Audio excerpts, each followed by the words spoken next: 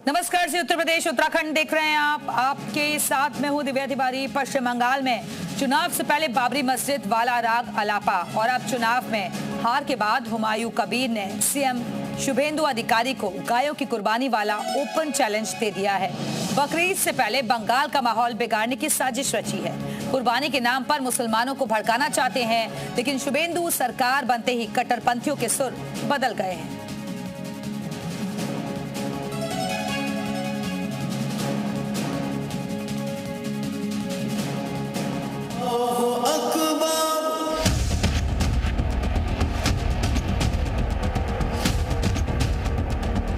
सम्मान करना चाहिए, लेकिन कुर्बानी होगा। गाय का भी होगा, बकरी भी होगा, ऊँट भी होगा।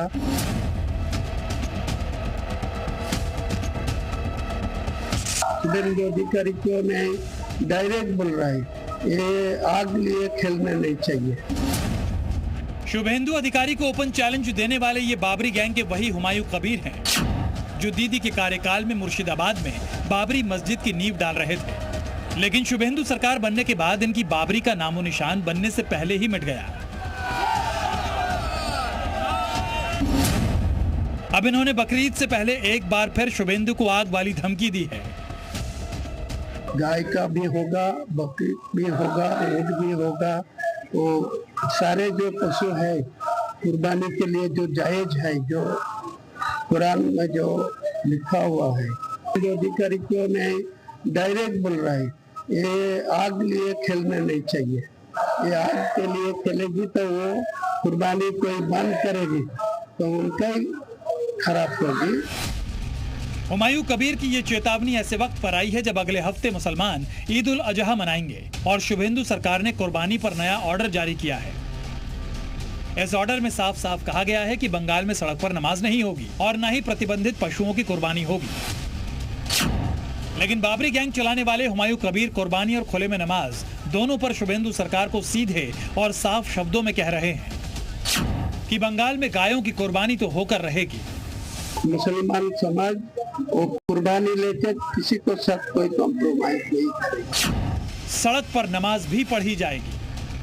तो रोड पर इतना दिन से हो रहा है, ये भी होना चाहिए। कोई भी मुसलमानों को बकरीद पर ऐसा करने से रोक नहीं पाएगा।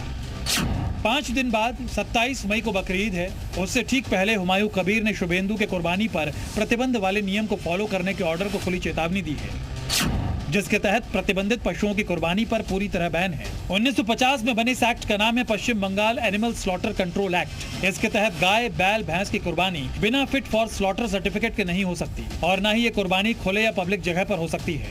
इसके नियमों को शुभेंदु अधिकारी ने बंगाल में सख्ती से लागू करने को कहा है। पिछली ममता सरकार में से बंगाल में कभी लागू नहीं किया गया, लेकिन शुभेंदु अधिकारी ने सत्ता संभालते ही साफ कर दिया कि गाय किसी हाल में बंगाल में नहीं कटेंगी। गायों को हिंदू धर्म में माता का दर्जा दिया गया है। सनातनी गायों को पूजते हैं, गायों से भावनात्मक जुड़ाव रखते हैं। ये अलग बात है कि अभी तक वो आइन लागू नहीं किया गया था, क्योंकि पिछला सरकार बहुत सारा आइन नहीं मानते थे, वोट बैंक का हिसाब करते थे, लेकिन इस सरकार में वो नहीं होगा। हुमायूं के ऐलान से साधु संतों में तो आक्रोश है ही, साथ ही वो मौलाना जो अब तक हिंदुओं के खिलाफ जहर उगलते थे, वो तो गाय को राष्ट्रीय पशु घोषित करने की मांग करने लगे हैं। गाय से मजहब हिंदू का जुड़ा हुआ है, तुम उसको नेशनल जानवर बनाओ। हमारे हिंदू भाई गाय को माता मानते हैं और आज भी मुसलमान इस बात की बार बार गुजारिश कर रहा है कि सरकार गाय को राष्ट्र पशु घोषित करे। हम तमाम हिंदुस्तान में तमाम बड़ी तंजीमों के साथ और तमाम ऐसे लोगों के साथ जो हिंदुस्तान के अंदर गाय को नेशनल एनिमल का दर्जा दिलाना चाहते हैं। केवल संत और मौलाना ही नहीं, बंगाल समेत देश भर का बहुत बड़ा मुस्लिम समाज गायों की कुर्बानी को गलत ठहरा रहा है।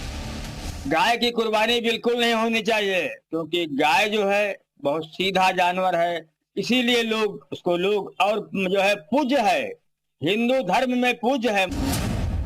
साफ है, हुमायूं कबीर के गायों की कुर्बानी वाला अग्नि चैलेंज बंगाल को नफरत की आग में सुलगा नहीं सकता है, क्योंकि अब वहां दीदी का राज नहीं बल्कि दादा की सरकार चलती है। इस सरकार में हिंदुओं की भावनाओं से खेलने का अधिकार किसी को न दिया गया है और न ही दिया जाएगा। शुभेंदु ने बाबरी गैंग का अग्नि चैलेंज एक्सेप्ट कर हाथों हाथ उसकी हवा भी निकाल दी है। ब्यूरो रिपोर्ट, जी मीडिया।